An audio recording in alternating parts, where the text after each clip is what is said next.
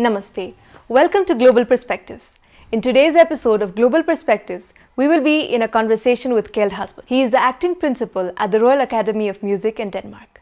Welcome to the show, sir. Thank you so much. What does music mean to you? Music is very important on so many levels. It's on a practical daily basis. It's a very important thing for us to communicate, but it's also on a society level, it's extremely important that we have other means of communication than just spoken words. When was it that you first found out that music is your thing? That is what you want to do? I think I was a young kid, and I was given the opportunity to play in a brass band actually, and I experienced the power of music as a uniting force.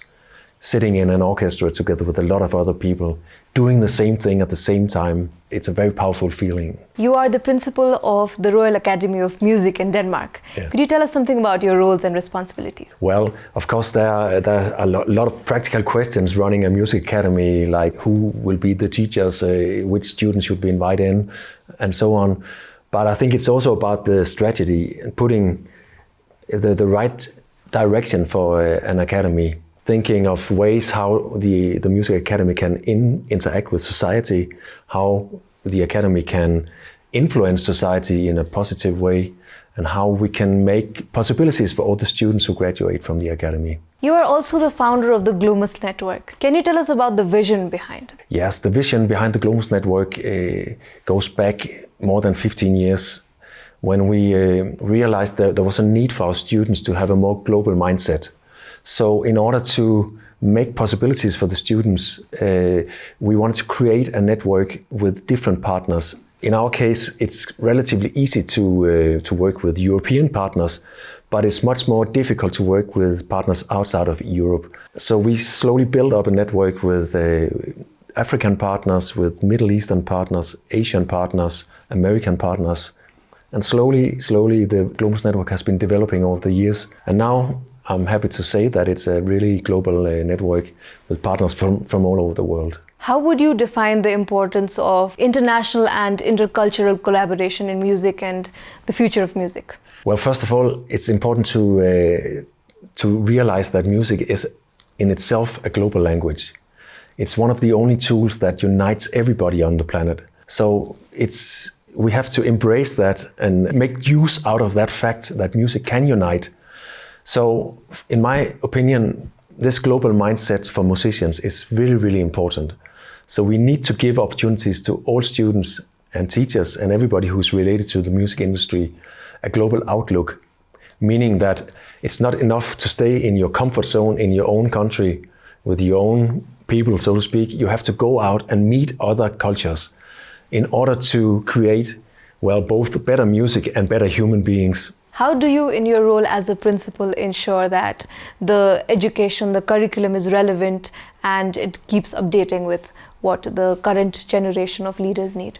That's a very good question, and I think it's something we have to think about every day, in fact, as leaders, because we have to, in a way, try to look into the future to see what will the future need for our present students, because they are entering into a changed world in a few years. So we have to try to look ahead and see what is coming up, and listening very much to the young people, because the young people, they are the future. And what I hear at the moment is that there is a feeling of uncertainty among the young generation. What is happening to the world? We have global climate crisis. We have wars coming up all over the world. We have a feeling of that we're going a bit backward instead of going forward. Right. So that uncertainty is something that we really have to listen carefully to and to try to find answers to that. And in my view, one of the answers is to create global links between individuals.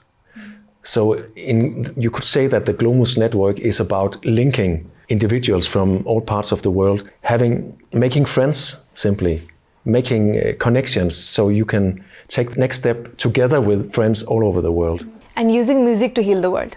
Exactly, and I think it's of course big words to say that music can heal the world, but I actually believe it. I think music is one of the few things in life that is able to make a really big positive change. So you could say that musicians and other art forms have a big responsibility.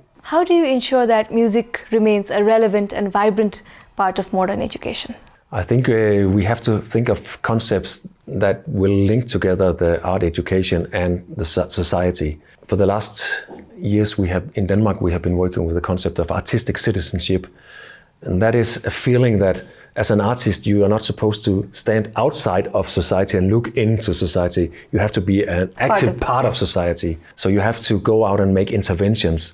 You reach out to, it could be any kind of vulnerable groups in society. It could be people in hospitals, it could be elderly care, it could be people in prisons, people in vulnerable positions.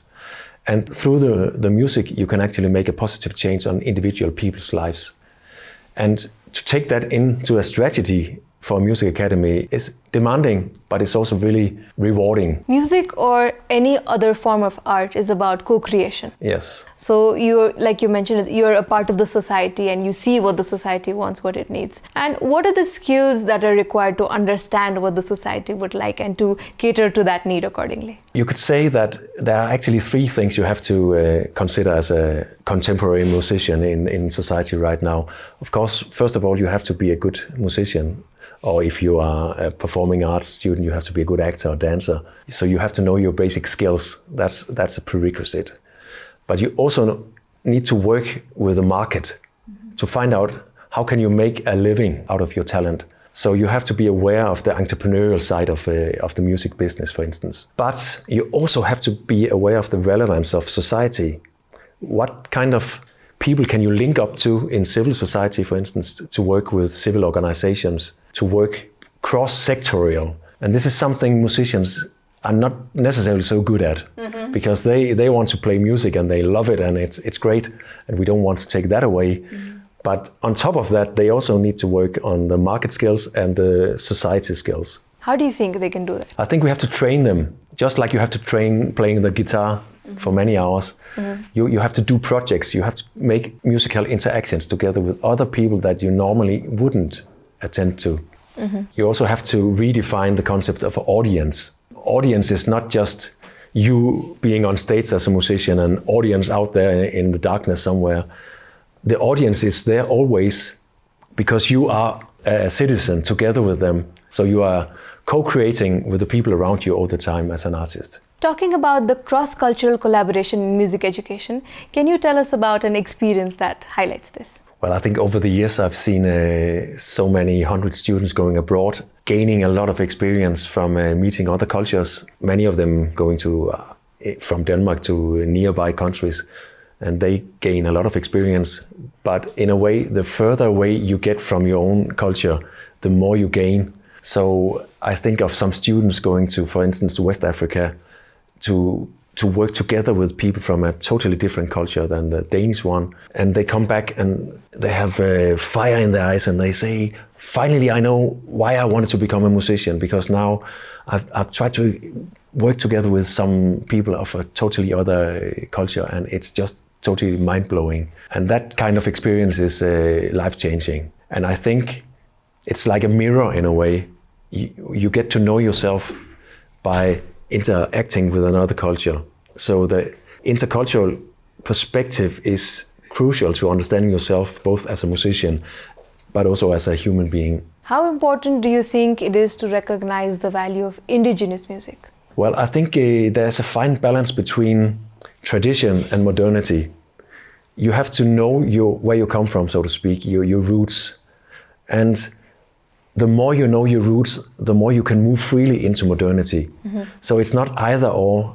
It's not like you have to stay in tradition or you have to stay in a modern mindset. They should interact all the time and make new developments, a new path into the future. But talking about indigenous music, in Denmark, we're trying to revitalize our indigenous music. And it's difficult because we sort of lost it. But here in Nepal, for instance, I see, and I'm happy to see, that the indigenous music is very much alive. And it makes me happy to see that. And it's something that we all have a responsibility to take care of.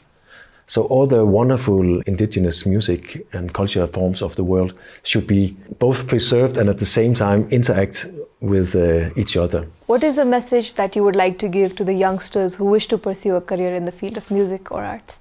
I think they should stay open, first of all. They should open their eyes to a broad variety of impressions, and they should realize that the world is a very large place with a lot of thousands and thousands of beautiful music cultures. So they should find out who they want to be and what kind of musician, artist they want to be, and interact with a lot of different people who can influence you in surprising ways. Thank you for being with us today. It was lovely having you in the show. Thank you so much.